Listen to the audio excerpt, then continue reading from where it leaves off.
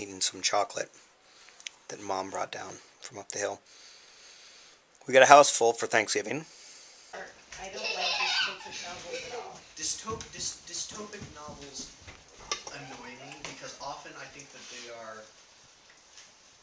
not feasible a lot of the times. It's like they presuppose an enormous amount of... Because they're too feasible. They're taking our nasty habits to their logical extreme. I had to read this dystopic novel for the Spanish class that's on Contagion. It was built out of some film study seminar they did last year, and it was the novel's called an essay on blindness, and the premise is that everybody goes blind and then gets put in institutions, and it turns out the whole world is gone wrong. Yeah. And then I think they cite that, but then it's like a very explicit allegory, like, oh, maybe they've been blind all the time. You know, Yes, like, yes, yes. It's a microcosm, but it's really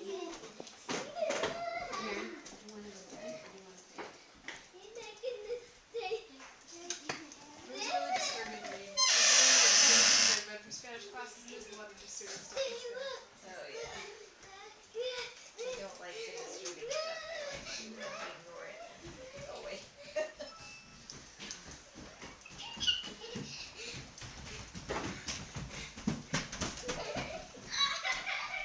Is it only the 23rd?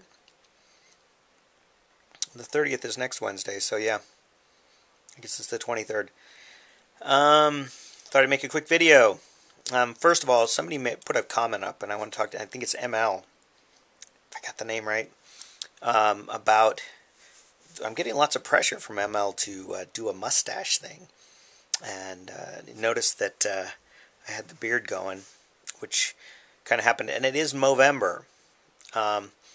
So I talked to Sarah a little bit about it, and I may, in fact, at some point in the not-too-distant future, shave off the beard and keep the mustache, just for fun, so people can mock me for my funny-looking mustache.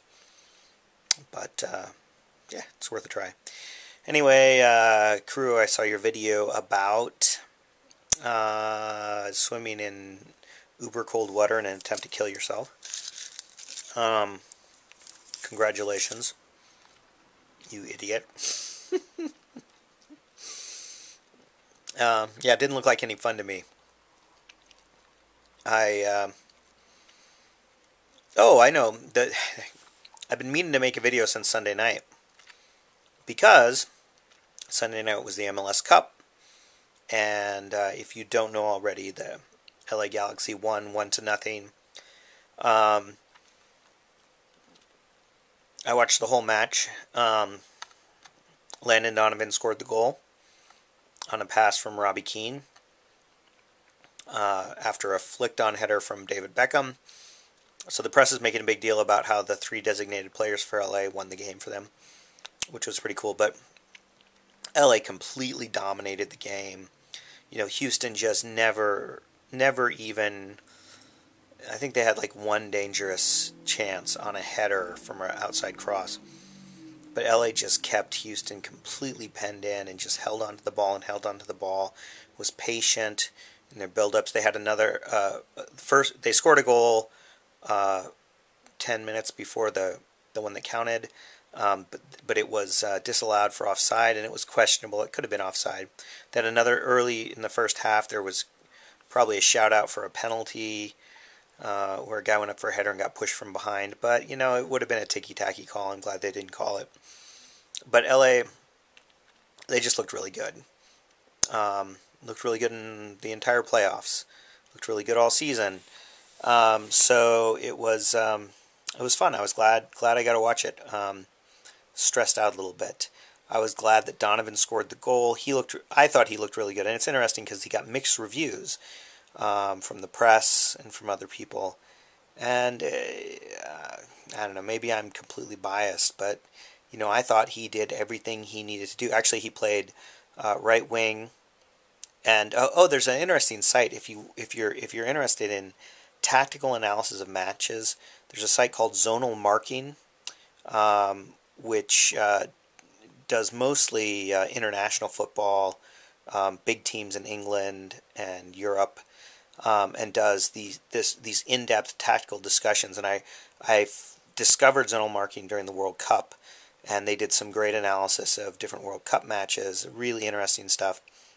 And they actually did a write-up. This is the first time I think they've done an MLS game, but they did a write-up of the MLS Cup, which was interesting to read. But what the guy talked about was how Donovan was the constant threat because he broke during the game. He started out playing right wing, and he kind of broke the mold of the 4-4-2 and kept cutting inside and going at people and creating havoc on the Houston defense. And that was what I saw too. I kept thinking, he kept getting the ball, he kept having overlapping runs on the right and pushing it out and they just weren't finishing.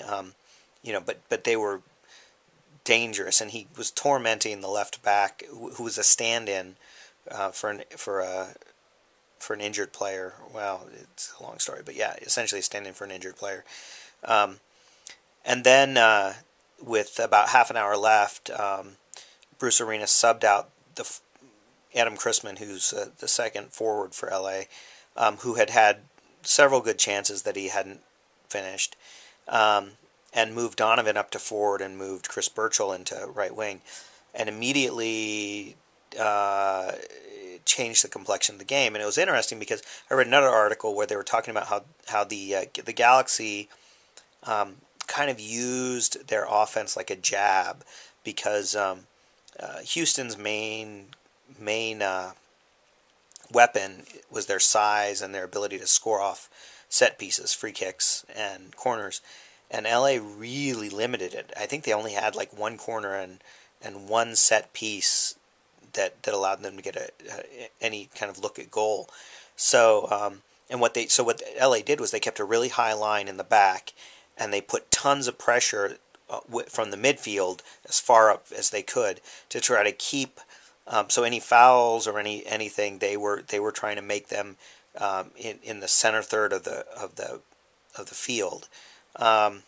And Donovan was really key to that. But the interesting thing is that what happened was when Donovan went up front and Chris Burchell came in, they no longer had that threat on the wing. So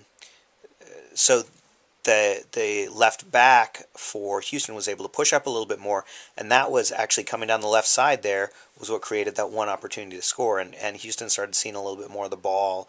They were less concerned about Donovan getting the ball in midfield and running at them. But then the goal, it was actually a really nice goal. AJ De La Garza, playing one of the center back positions, worked the ball wide and cleared it up in the middle. Beckham flicked it on. Keane took it, turned his defender and got some space, and Donovan made a deep run from he was playing pretty withdrawn at that point, and Keane slipped the ball in, and Donovan hit it with the outside of his right foot and just flicked it past the keeper one-on-one. Score the goal. Anyway, it was awesome. It was fun to see, it's amazing. Donovan now has scored 20 goals in the MLS playoffs, and I think the next closest player has scored 16. He's won 4 MLS Cups, and he scored 3 goals in the playoffs this year. And anytime, if you look back at the history of when his teams have been in the playoffs, I think he's won, like I said, 4 cups. He's been in the playoffs 6 times, and maybe 7 times. And every time they win the MLS Cup, he scores 3 or more goals. And it's it's amazing. Somebody's got to score the goals, but with his teams, it's always been when they win, it's because he's scoring goals. So anyway, so I'm done with MLS. Now I'm not sure what I'm going to do with my free time. I guess I'm going to have to do something productive instead of sitting around watching soccer. So I'm going to go. We've got Thanksgiving dinner tomorrow. I think Sarah said we're going to have 21 people here, which should be fun. I'm looking forward to it, even though I'm currently hiding up in my room from the morass downstairs. I think you guys are going up to the Twin Cities, I think. Hope you have a good time. If I don't talk to you before then, or soon, I will remain still dead. Take care.